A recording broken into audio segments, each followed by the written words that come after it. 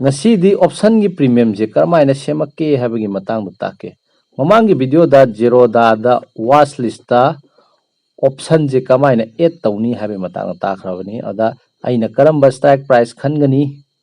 dagi expiry sina kamaina khangani call option khangadra put option khangadra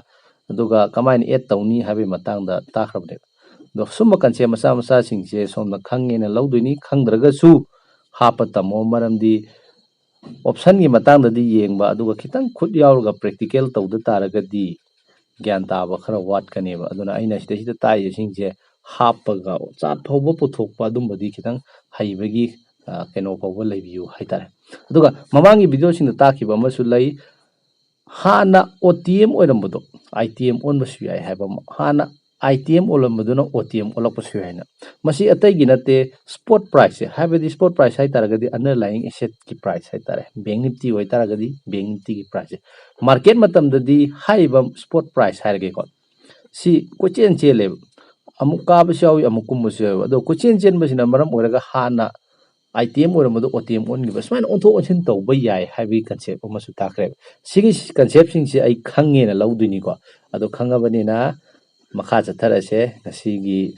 video sidi option gi premium je karamaina semake habe matang dani yengdoise sigi screenshot se ai gi watch list ki screenshot ni haiba watch list sida ina bank nifty gi call option jing je sequence na ina tongan tongan ba strike si je ina hapsin bani duga nakanda larisina haiba strike to gi magi premium gi value haitare kudamoina haibda 41,500 ki premium je 156 mana mai corresponding premium do nakanda larisini screenshot se law matam da bank nifty se 41,385 thi matam du da adoi taragadi at the money sidi maga khwaidagi nangna strike tarena 41,385 je khwaidagi nangna strike ti 41,400 se at the money tare aduga sigi mathakta leiba strike singina out the money tajarena ilai laire adagi 41,400 ki makhada leiba strike singina in the money tare yam laire ko aduga koina sum yengkana sigi sequence da out the money oira ga haitare premium je picture to mathakta chakat mathak chakat paibe far out the money oira ga premium de picture habam ure aduga in the money oira ga premium se chakhole ko far in the money oira ga premium se chakhole sina tapodi premium je aina khandoriba strike price lo depend to pot amoina uye ko uyidana strike price honging kuding premium je honge adoi taragadi premium je strike price da depend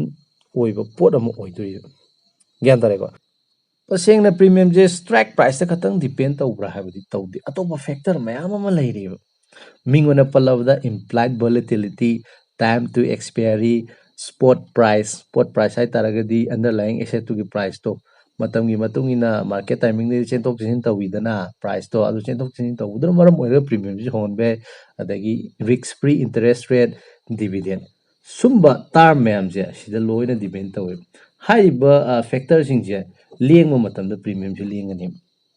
gyan tare ko isam chamna haibada premium harise sigi factor sing sigi function ne harasu ye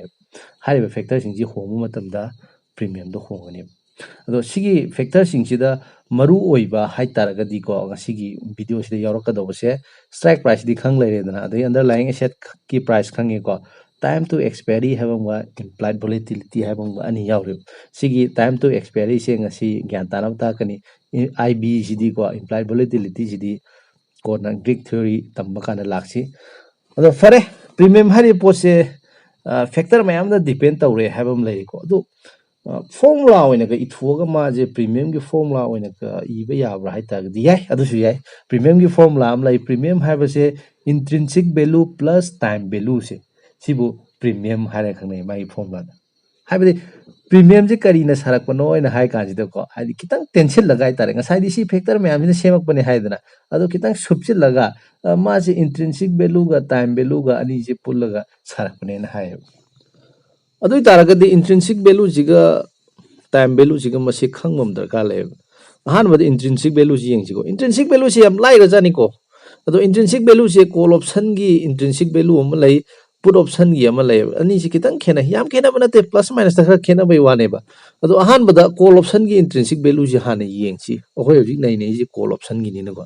ado call option gi intrinsic value ji formula da yam line spot price minus strike price hai habadi intrinsic value je tai na te hoji spot price hai ta current market price to set to habadi sigi screenshot lo gi matam du lai se 41385 ne na sigi value sidagi aina khaliba strike price to khaido ha adi kram makhanji ga 41300 khalase adi ta ga intrinsic value jidi 85 tare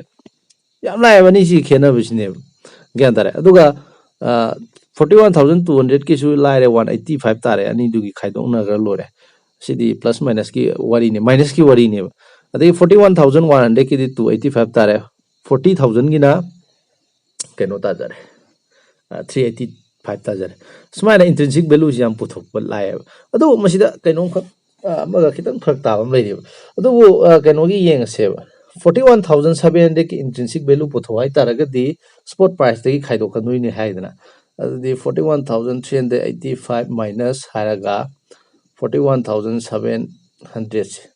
si khaido ko matam da minus 315 ta adu intrinsic value sida minus laiba yade haiba makhak lai ado karigumba intrinsic value ji hotpa matamda minus ta ga di minus laiba yadabne na madu khoina 0 oyena lawne aduna khaidongna matamda minus ta jingje khoi 0 oyena lawne aduna maram oiraga out the money jingje loi khaido minus sign loi thorokune aduna maram oiraga 0 loina oyena lawne gyan dani ko adubu at the money da di intrinsic value ji kamain togi yengsi intrinsic value की formula दो पंचला Young सी को spot price से 41385 ले जरे at the money दे दी मांगा ख्वादे नंग नब strike हाबनी 41400 तारे अनि जे खाइदों ना मतलब द minus 15 times तेसु minus थोड़े बदो 0 तारे दना अदुबु मतम खुदी मक्ता at the money दे दी 0 ओइनी हाबदी लाइते मरम दी spot price ना करी गुंबा 41420 ले रमें खलसे अदो मतम द खाइदों ना ब मतम दा 20 तारे 20 है बसे माइनस थोरकते दना अदु प्लस ने अदुना मतम दी इंट्रिंसिक वैल्यू से 20 ता है ने अदुना एट द मनी दी 0 ओइबे अदु अथोप वैल्यू खरा यावबे अदु सिगे सीक्वेंस दे खोइना खंग दो से आउट द मनी मखै दी इंट्रिंसिक वैल्यू से अमता लाइते 0 मतने ग्यान तारे को एट द मनी दी 0 ओइबे कंडीशन सु लापे अदुगा वैल्यू खरा लैबे से अदुगा इन द मनी फार इन द मनी ओइनिंग खोइ इंट्रिंसिक वैल्यू से लोइनो वांगी अदु इन द मनी दी इंट्रिंसिक वैल्यू लोइ लैजे ग्यान तारे सिसिम खंगे फरे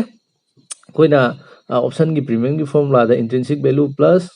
टाइम वैल्यू हाबने दो इंट्रिंसिक वैल्यू इसे करीनो खोइ खंगबनी को कमाइना पोथोके दो खंगबनी अदा खोइना ममांग द हाइगिबो दो ऑप्शन प्रीमियम हाबजे फैक्टर मयाम अमना साइ हाइदना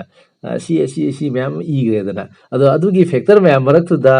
स्पॉट प्राइस हाबम ग यावबनी अदुगा स्ट्राइक प्राइस हाबम ग यावबनी अदुगा दुगी स्पॉट प्राइस का स्ट्राइक प्राइस का दो सिगी इंट्रिंसिक वैल्यू से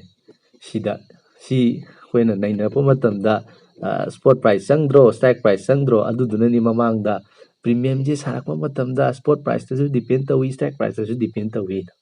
ग्यान तारे अदु तारगदि हजिमु टाइम वैल्यू सिमु येंगसी टाइम वैल्यू सिमु वैल्यू ओइना पोथोकपदि याम साथिना लागिरेको मरमदि प्रीमियम की formula the intrinsic value plus time value हाजिले अदु तारगदि खरा थामलो थाजिन तोरगा time value equal to premium minus intrinsic value हारा सी याम लाइ अंगा मसागी अंकनेबको अदा पुथोकपसि अदुइ मतिक लाइसे तैगी नत्तब प्रीमियम हारिबो पोसिदि खोइना जेरोदा द चंगा स्ट्राइक प्राइस दो खंगा काना प्रीमियम क्या नो अदुम चोंथोरानि असि खोइना याम लाइना खंबो याबो पोने अदु इंट्रिंसिक वैल्यू हाबिसु याम लाइना पुथोकबो या पोने ममांग पुथोकरे अखोइना खंबो वैल्यू ngतने अदु तागदि खंगदब टाइम वैल्यू क्याम ओइगे जे खंगदब पोसिदि अखंबो वैल्यू दो लेरमिना यारेदना ग्यान तारे को अदु टाइम वैल्यू हाबदि प्रीमियम दुदगी इंट्रिंसिक वैल्यू दो खाइदो अदु टाइम वैल्यू ताजने खुदम मोइना हाबदा 41200 की टाइम वैल्यू जी क्या तानी है तरगदी प्रीमियम दी 41200 की प्रीमियम दी खंग लेरे को 330 नि अदगी मागी इंट्रिंसिक वैल्यू दो खाइदो इंट्रिंसिक वैल्यू जी 185 ने सिजु खोलगा तारा इनी को अदु तारगदी टाइम वैल्यू जी 145 ताइ स्माइना टाइम वैल्यू से वैल्यू ओइना पुथोकपदि याम साथीना लाय टाइम value से value ओइना पुथोकपदि याम साथीना लाइग्रे अदुगा मागी नेचर अमदि खोइ खंगदोकमिनासि मागी नेचर अम लै करम नेचर नो हाइतारगदि एक्सपायरी नुमित की पुंग अहुम खाइता सिलक्पगी पुंगोइ लोइरक्पसे सिदैसिदा माचे माइ value से zero ओइ हाइदि zero ओइना ओनगि बाइतर अदुइ तारगदि माजे कमाइ तय काना असुम हंथरा हंथरागा zero ओनगि पोट अबने मादि डिप्रिशिएट तौब value अम ओइ ग्यान तारेको असि मागी नेचर ने अतोप नेचर अमग लै खोइगी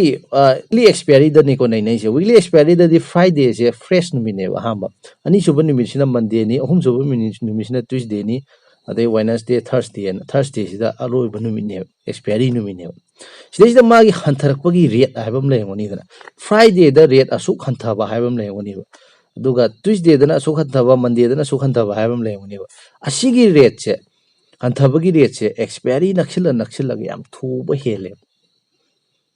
ग्यान तारेको असुंब मागी नेचर अम खले अदो टाइम वैल्यू से करीना सेमकपनो हाइतारगदि टाइम ऑफ एक्सपायरेशन हाइबम लै एक्सपायरी कयाम वाटली हाइबदुम लै अदुइ वैल्यू सु नक्सिलगदि टाइम वैल्यू से थूना डिके थोपा डिके दि जजर हंथरकपसिको थूना डिके थोपा काय लैरि खरा लाखरगना खरा तप्पा काय लै अदिगी रेट से हाइदि मतम कयाम लैरिगे हाइसिदसु डिपेंड तवे अदगी इम्प्लाइड वोलेटिलिटी हाइबम सु लैरि असिना ऑप्शन ग्रीक थ्योरी लाखो मतम ताकेको असिदसुने इम्प्लाइड वोलेटिलिटी हेन तारगदि टाइम वैल्यू से हंगले कायना अदगी हंथ तारगदि हंथे कर माइ वारी खक लैरिबको अदुगा अतोपा हाइ तारगदि गसा इन तन पनगिबा डिविडेंड गा हाइबा अदगी रिस्क फ्री इंटरेस्ट रेट का सिदसु डिपेंड तवे अदुबो हाइबा अनि से क्या कन्ना मरु ओइदिको मरु ओइदि अदुगा अइना सि मतांदसु क्या कन्ना खंगजु खंगदे अदुना असी मतंगदि एक्सप्लेन तौरय पर असिदि खोइना खंगबा हाइ तारगदि टाइम वैल्यू से एक्सप्लेन तौ मतमदा मासे वैल्यू ओइना पुथोकपदि याम लाइरे फॉर्मुलागी मतुंगिना अदुगा मागी मगुन खरा खंगरे मागी मगुन से केदौबा मादी एक्सपायरी निमित्त पुंगोइ लोइबो पुंग अहुम तारफो मतमदा मासे वैल्यू से जीरो ओनगिदो वैल्यू हमने हौजिक वैल्यू ओइना लैबे वानेबा लोइरा काना मासे जीरो ओनगिदो वैल्यू हमनेबा अदुगा मागी जीरो ओनगिदो वैल्यू से मासे करम मोंगदा हंथरे कान एक्सेलरेशन तो एक्सेलरेशन नै थुगलकवा हाइ तारेको हाइदि एक्सपायरी नक्सिलगा मागी डिके थोपै सांगसे मागी थुबगी स्पीड अम लैदना अदु मसिगी स्पीड से हेंगले ग्यान तारेको कनोदगदि थुगर जाने एक्सपायरी निमित्तगादि प्रीमियम से जर जर हंथरे सी प्रीमियम जर हंथरे जे तै न तब टाइम वैल्यू से डिके थोपै सांगसे याम थुना थोपा हाइ तारे सुमाना अदुगा फ्राइडे निमित्तगदि टाइम वैल्यू से तम तम डिके थोय अदुना मागी रेट से कमाइन थोय काना एक्सपायरी नक्सिलगा हेंगले सिसिना कनाना ताके कांदा टाइम ऑफ एक्सपायरी ना मरक सिदा म याउरिदना फैक्टर अमखा सिसिना ताइने कयाम कायदो लैये ग्यान तारे अदुना हजिक ngasi aina takrisida call option gi ni ko si sida aina nai nai je ado time value puthokode loi chamane sida khoina khangi ba hai taragadi premium se intrinsic value ga time value ga na sarak pane haba ma khangre ada intrinsic value ha baje kari no kai de khot pano ma khangre intrinsic value khot pada sangi se spot price ka strike price ka ni ko ado option premium je kana na sarake kana factor mayam amana sare haidana adu factor mayam du marakta spot price ka strike price intrinsic value sidagi yaure adu time value ha bisi ju hot pa value oinu pothokpadi yamna laire ko pothokpa haire adu ga magi magun je kaino haibagi matanda khangre haidi expiry ni de zero sakani habdo adu ma se kana kana na semak bono haiba ma chara ko khangre moi mari na pula seme da moi mari na contribute tawre sida koina expiry nu bita khanga do bam lai call option gi ne ko sida aina nainari se ngasi gi video si oina intrinsic value se out the money oitaragadi zero ne haigre ai mamang da haigre dana ado at the money oitaraga su spot price tu na haiba strike price tu gi kitang nantha laitar da du zero laiduni khaidongna da minus taragadi ko kai matam de at the money de value khara laibasu ai haigre ado out the money de zero matani masagi hana de aduna expiry नतब नुमित्तदी out the money की मागी प्रीमियम की value से करीनो है कना टाइम वैल्यू खतने इंट्रिंसिक वैल्यू याउदे को अदुना आउट द मनी सिंग से एक्सपायरी नुमित्तने मादी मागी प्रीमियम नु पुलब जीरो सखिनी इंट्रिंसिक वैल्यू हानगी माय जीरो सखे इंट्रिंसिक वैल्यू दि मोंद सो याउजद्रबने टाइम वैल्यू गु दुखतने याउसे अदु एक्सपायरी लोरपन मतमददी टाइम वैल्यू दुसु जीरो सखने अदुना any out the money option सिंग से एक्सपायरी लोय मतमद लोय जीरो सखिनी ग्यान तारे को अदुबो इन द मनी ददी